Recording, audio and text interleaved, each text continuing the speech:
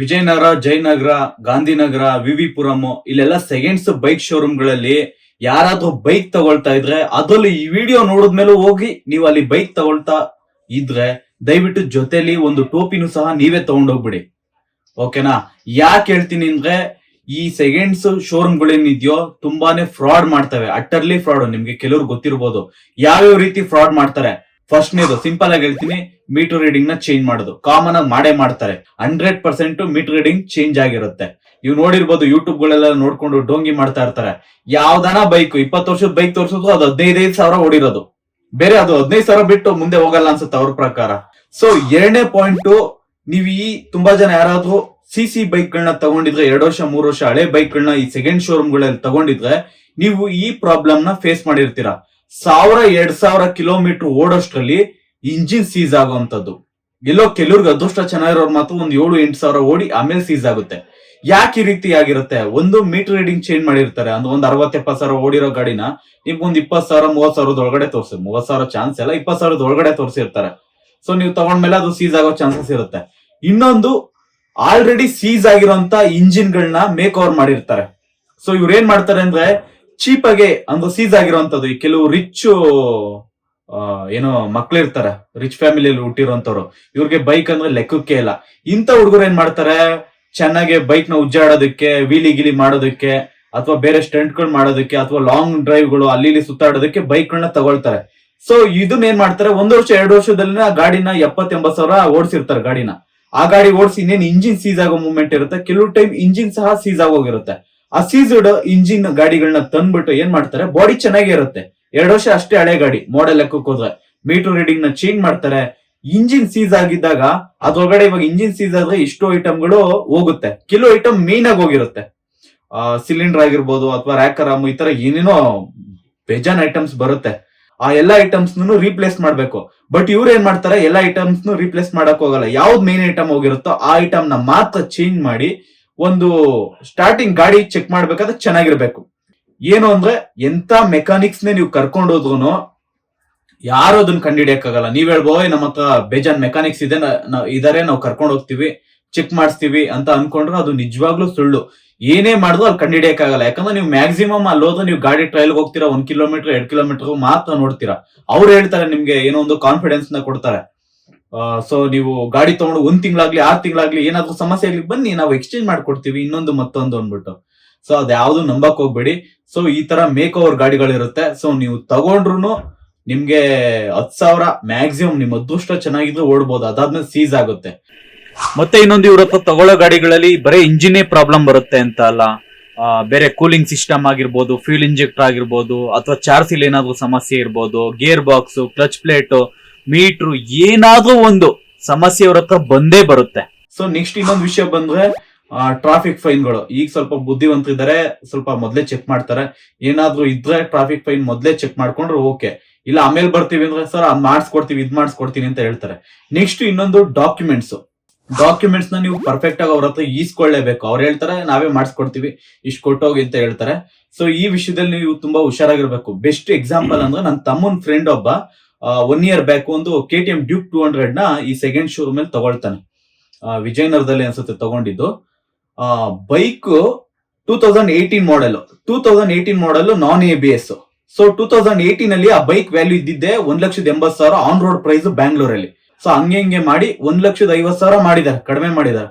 So ಇವರು bike ನ loan ಅಲ್ಲಿ ತಗೊಂಡಿದ್ದ ರೀಸನ್ ಇಂದ ಮತ್ತೇನಾಗಿದೆ, ಅದು 1,60,000ಕ್ಕೆ ಹೋಗಿ ಕುತ್ಕೊಂಡಿದೆ ಎಲ್ಲ ಟೋಟಲ್ ಎಲ್ಲ ಸೇರಿಸಿ.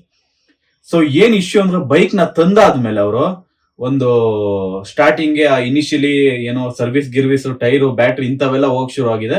ಸೊ ಅದೊಂದು 20,000 ಕೊಟ್ಟು ರೆಡಿ ಮಾಡಿಸಿದ್ದಾರೆ. ಸೊ ಈಗ ಒಂದು 6,000-7,000 ಕಿಲೋಮೀಟರ್ ಓಡಾದ್ಮೇಲೆ ಏನಾಗಿದೆ, ಇಂಜಿನ್ ಸೀಸ್ ಆಗಿದೆ. ಸೇಮ್ ಅವ್ರ ಗಾಡಿ ತಂದಾಗ್ಲೂ 15,000 ಅಷ್ಟೇ ರೀಡಿಂಗ್ ತೋರಿಸಿರೋದು. 2018 ಮಾಡೆಲ್ ಆಲ್ಮೋಸ್ಟ್ 2023 ನಲ್ಲಿ ತಂದಿದ್ದಾರೆ. 5 ವರ್ಷ ಆದ್ರೂ ಗಾಡಿ 15,000 ಓಡಿರೋದು, ಅದು 200cc. ಈಗ ಅದೆಲ್ಲ ಹಾಳಾಗೋಗ್ಲಿ, ಓಕೆ ಪರವಾಗಿಲ್ಲ, ಏನೋ ಒಂದು 1,60,000 ಪ್ಲಸ್ ಇನ್ನೊಂದು 60,000, 2,20,000 ಟೋಟಲ್ ಸ್ಪೆಂಡ್ ಮಾಡಿದಾರೆ ಗಾಡಿಗೆ. ಹಾಳಾಗೋಗ್ಲಿ, ಹೊಸ ಗಾಡಿಗಿನ ಜಾಸ್ತಿ ಆಯ್ತು. ಸೊ ಇವಾಗ ಏನು ಅಂದ್ರೆ, ಇನ್ನೂ ಒಂದು ಡಾಕ್ಯುಮೆಂಟ್ಸ್ ಕೊಟ್ಟಿಲ್ಲ. ಏನ್ ಕೇಳ್ತಾ ಇದ್ದಾನೆ, ಅವ್ನು ಸೆಕೆಂಡ್ ಶೋರೂಮ್ ಹತ್ರ ಡಾಕ್ಯುಮೆಂಟ್ಸ್ ಕೊಡಿ ಅಂತ ಕೇಳಿದ್ರೆ, ಇಲ್ಲ ನೀವು ಇನ್ನು 20,000 ಕೊಡಿ, ಡಾಕ್ಯುಮೆಂಟ್ಸ್ ಕೊಡ್ತೀವಿ ಅಂತ ಕುಂತಿದ್ದಾನೆ ಇವಾಗ. ಸೊ ಅದು ಆ ಕಡೆಗೂ ಹೋಗ್ತಿಲ್ಲ, ಈ ಕಡೆಗೂ ಹೋಗ್ತಿಲ್ಲ. ಇವ್ರ ಹೆಸರು ಗಾಡಿನೂ ಇಲ್ಲ. ಅಟ್ಲೀಸ್ಟ್ ಗಾಡಿನಾದ್ರೂ ಇವ್ರ ಹೆಸರು ಮಾಡಿದ್ರೆ ಎಲ್ಲೋ ಕಳೆದೋಗಿದೆ ಅನ್ಬಿಟ್ಟು RTOದಲ್ಲಿ ಹೋಗಿ ಇಸ್ಕೊಳ್ಬಹುದಾಗಿತ್ತು. ಸೊ ಈ ರೀತಿ ಸಮಸ್ಯೆಗಳು ಬರುತ್ತೆ. ತುಂಬಾನೇ ಹುಷಾರಾಗಿರ್ಬೇಕು. ಸೆಕೆಂಡ್ ಶೋರೂಮ್ ಅಲ್ಲಿ ನೀವು ಬೈಕ್ ನ ತಗೊಳ್ತೀವಿ ಅಂದ್ರೆ ಯೂಟ್ಯೂಬ್ ಅಲ್ಲಿ ಹಾಕೋ ವಿಡಿಯೋಸ್ನೆಲ್ಲ ನಂಬಕ್ ಹೋಗ್ಬೇಡಿ. ಯಾಕಂದ್ರೆ ಸೆಕೆಂಡ್ ಶೋರೂಮ್ ನವ್ರು ಮಾಡೋದೇ ದೊಡ್ಡ ಫ್ರಾಡ್. ನಿಮ್ಗೆ ಏನಾರ ಬೇಕು ಅಂದ್ರೆ ತಮಾಷೆ ಬೇಕಾದ್ರೆ ಈ ಕೆಲಸ ಮಾಡಿ, ಸೆಕೆಂಡ್ ಶೋರೂಮ್ ಹೋಗಿ ಫಸ್ಟ್ ಯಾವ್ದೋ ಒಂದು ಬೈಕ್ ತೋರಿಸ್ಬಿಟ್ಟು ಎಷ್ಟು ಪ್ರೈಸ್ ಅಂತ ಕೇಳಿ. ಅವ್ನು ಹೇಳ್ತಾನೆ ಮಾಮೂಲಿ 2 ಲಕ್ಷ ಇಷ್ಟೋ ಏನೋ ಹೇಳ್ತಾನೆ, ಯಾವ್ದೋ ಒಂದು CC ಗಾಡಿ ಅಂತ. ನೀವು ಸೇಮ್ ಇನ್ನೊಬ್ಬನ್ ಕಳಿಸ್ಬಿಟ್ಟು ಅದೇ ಒಂದು ಶಾಪ್ಗೆ ನಿಮ್ಮ ಹತ್ರ ಯಾವ ಗಾಡಿ ಕೇಳಿದ್ರು ಅದೇ ಗಾಡಿ, ಅದೇ ಮಾಡೆಲ್ ನಂಬರ್, ಅದೇ ಮಾಡೆಲ್ ಇರೋಂತ ಗಾಡಿ ಎಷ್ಟು ತಗೊಳ್ತಾರೆ ಅಂತ ಅವ್ರನ್ನ ಕೇಳಿ. ಅವ್ರು ತಗೊಳ್ಳೋ ಪ್ರೈಸ್ ನಿಮ್ಮ ಹತ್ರ 1 ಲಕ್ಷಕ್ಕೆ ತಗೊಂಡ್ರೆ ಅವರು ನಿಮ್ಗೆ ಹೇಳೋ ಪ್ರೈಸ್ 2 ಲಕ್ಷ. ಸೊ ಈಗ ಅವರ ಪ್ರಾಫಿಟ್ ಮಾರ್ಜಿನ್ ಇಷ್ಟಿರ್ಬೋದು. ಒಂದು ಎಕ್ಸಾಂಪಲ್ ಕೊಡ್ತೀನಿ ನೋಡಿ.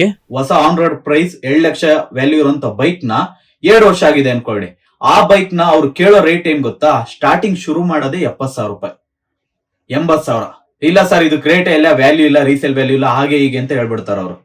ಅದೇ ಬೈಕ್ ನಾವು ಅದೇ ಶೋರೂಮ್ ಅಲ್ಲಿ ನಾವು 2 ವರ್ಷದ ಗಾಡಿನ ನಾವು ತೊಗೊಳಕ್ ಹೋದ್ರೆ 1,80,000 90,000ದಿಂದ ಶುರು ಮಾಡ್ತಾರೆ. 10,000 ಅಷ್ಟೇ ಶೋರೂಮ್ ಪ್ರೈಸ್ ಗಿನ ಲೆಸ್. ಇನ್ನೊಂದೇನು ಅಂದ್ರೆ, ನಾವ್ ಯಾವ್ದಾದ್ರು ಶೋರೂಮ್ಗೆ ಹೋಗಿ ನಾವು ಬೈಕ್ ನ ಸೇಲ್ ಮಾಡಕ್ ಹೋದ್ರೆ ಆಕ್ಚುಲಿ ಆ ಬೈಕ್ ನ ತಗೊಳ್ಳೋದು ಅದೇ ಶೋರೂಮ್ನವರು. ಬಟ್ ಅವ್ರು ನಾವು ತಗೊಳ್ತಾ ಇದೀವಿ ಅಂತ ಹೇಳಲ್ಲ, ನಾವು ಮಾರ್ಸ್ತಾ ಇದೀವಿ ಅನ್ಬಿಟ್ಟು. ನಾವ್ ಯಾವ್ದಾದ್ರು ಒಂದ್ ಶೋರೂಮ್ ಹೋಗಿ ಗಾಡಿ ತಗೊಂಡೋಗಿಟ್ರೆ ಈ ತರ ಗಾಡಿ ಇದೆ ಅಂತ ಅಂದ್ರೆ ಆ ಗಾಡಿ ವ್ಯಾಲ್ಯೂ ನಾವು ಒಂದು 1,30,000 ಸಿಗುತ್ತೆ ಅಂತ ಅನ್ಕೊಂಡ್ರೆ ಇವ್ರು 70,000 ಅಂತ ಇವ್ರು ಆಲ್ರೆಡಿ ಫಿಕ್ಸ್. ಇಲ್ಲ ಸರ್ ಇದು ರೀಸೇಲ್ ವ್ಯಾಲ್ಯೂ ಇಲ್ಲ, ಒಂದ್ 70,000 80,000 ಅಷ್ಟೇ ಕೊಡ್ಬೋದು ಅನ್ಬಿಟ್ಟು. ಸರಿ ನೋಡೋಣ, ಏನೋ ಒಬ್ರು ನೋಡೋಣ ಕರ್ಸಿ ಅಂತ ಅಂದ್ರೆ ಆಕ್ಚುಲಿ ಅವರೇ ತಗೊಳ್ಳೋದು, ಅದೇ ನಾವ್ ಯಾವ ಶೋರೂಮ್ ಹೋಗಿರ್ತೀವೋ ಅದೇ ಶೋರೂಮ್ನವ್ರು ತಗೊಳ್ಳೋದು. ಬಟ್ ಏನ್ ಮಾಡ್ತಾರೆ ಅಂದ್ರೆ ಬೇರೆ ಇನ್ನೊಂದು ಪಕ್ಕದ ಅಂಗಡಿಯಿಂದ ಕರ್ಸ್ಬಿಟ್ಟು ಫ್ರೆಂಡ್ ಸರ್ಕಲ್ ಅಲ್ಲಿ ನೋಡಿ. OLX ಸಹ ಫ್ರಾಡ್ ಇರುತ್ತೆ, OLX ಕ್ವಿಕ್ಕರ್. ಬಟ್ ನೀವು ನೋಡ್ ತಗೊಳ್ಬೇಕಾಗುತ್ತೆ. ಆದಷ್ಟು ಫ್ರೆಂಡ್ ಸರ್ಕಲ್ ನಿಮ್ಮ ಏರಿಯಾದಲ್ಲಿ ಇರುವಂತ ಗಾಡಿ. ತುಂಬಾ ಜನ ಬೈಕ್ ತಗೊಳಕ್ಕೆ ಇರೋಂತ ರೀಸನ್ ಲೋನ್ ಸಿಗುತ್ತೆ ಅಲ್ಲಿ, ಬೇರೆ ಕಡೆ ಆದ್ರೂ ಲೋನ್ ಸಿಗಲ್ಲ ಅಂತ. ಸೊ ಆತರ ಅನ್ಕೊಳಕ್ಕೆ ಹೋಗ್ಬೇಡಿ. ನಿಮ್ಗೆ ಸಪರೇಟ್ ಆಗು ಸಹ ಲೋನ್ ಸಿಗುತ್ತೆ. ನೀವು ಸೆಕೆಂಡ್ಸ್ ಬೈಕ್ ತಗೊಂಡ್ರೆ ನಿಮ್ಮ ಬ್ಯಾಂಕುಗಳಲ್ಲಿ ಕೆಲವು ಕಡೆ ವಿಚಾರಿಸಿ ಲೋನ್ ಸಿಗುತ್ತೆ. ಇಲ್ಲ ಅಂದ್ರೆ ವಿಜಯನಗರ ಮಾಮೂಲಿ ಆತರ ಏರಿಯಾಗಳಲ್ಲಿ ಸೇಟು ಫೈನಾನ್ಸ್ ಅಂತ ಇರುತ್ತೆ. ಎಲ್ಲಿ ಬೈಕ್ ಸೆಕೆಂಡ್ ಶೋರೂಮ್ಗಳು ಜಾಸ್ತಿ ಇರುತ್ತೋ ಅಲ್ಲಿ ಫೈನಾನ್ಸ್ ಗಳು ಅಂತ ಇರುತ್ತೆ. ನೀವು ಅವ್ರ ಹತ್ರ ಡೈರೆಕ್ಟ್ ನೀವು ಯಾವ ಗಾಡಿ ತಗೋಬೇಕು, ಫ್ರೆಂಡ್ ಗಾಡಿನೇ ತಗೊಳ್ತಾ ಇದೀನಿ ಅಂದ್ರೆ ಆ ಗಾಡಿನ ನೀವು ತಗೊಂಡೋದ್ರೆ ಅದು 5 ವರ್ಷದ ಒಳಗಡೆ ಇದ್ರೆ, ಹೊಸ ಗಾಡಿ ಇರ್ಬೇಕು, 5 ವರ್ಷ ರೀಸೆಂಟ್ ಇರ್ಬೇಕು ಅಂತ ಗಾಡಿನ ತಗೊಂಡೋದ್ರೆ ಅವ್ರು ವೆರಿಫೈ ಮಾಡ್ಬಿಟ್ಟು ಅದಕ್ಕೆ ನಿಮ್ಗೆ ಲೋನ್ ಮಾಡ್ಕೊಡ್ತಾರೆ.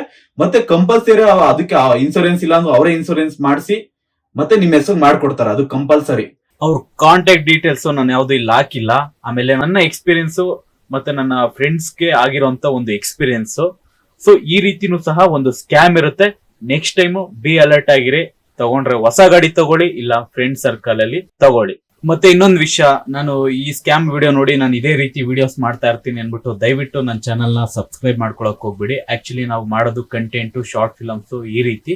ಆದ್ರೆ ಇದು ನಾನು ಪರ್ಸನಲ್ ಆಗಿ ಎಕ್ಸ್ಪೀರಿಯನ್ಸ್ ಮಾಡಿರೋದ್ರಿಂದ ಸೊ ಇದ್ರ ಬಗ್ಗೆ ನಾನು ವಿಡಿಯೋ ಮಾಡಿದ್ದೀನಿ. ಸೊ ದಯವಿಟ್ಟು ನಮ್ಮ ಚಾನಲ್ ನ ನೀವು ಚೆಕ್ ಮಾಡಬಹುದು. ಬೇರೆ ರೀತಿ ಕಾಮಿಡಿ ಕಂಟೆಂಟ್ ಅಥವಾ ಶಾರ್ಟ್ ಫಿಲಮ್ಸ್ ಈ ರೀತಿ ಕಂಟೆಂಟ್ ಇರುತ್ತೆ. ಸೊ ಅದ್ರ ಮೇಲೆ ಇಂಟ್ರೆಸ್ಟ್ ಇದ್ರೆ ಮಾತ್ರ ಸಬ್ಸ್ಕ್ರೈಬ್ ಆಗಿ. Thank you so much.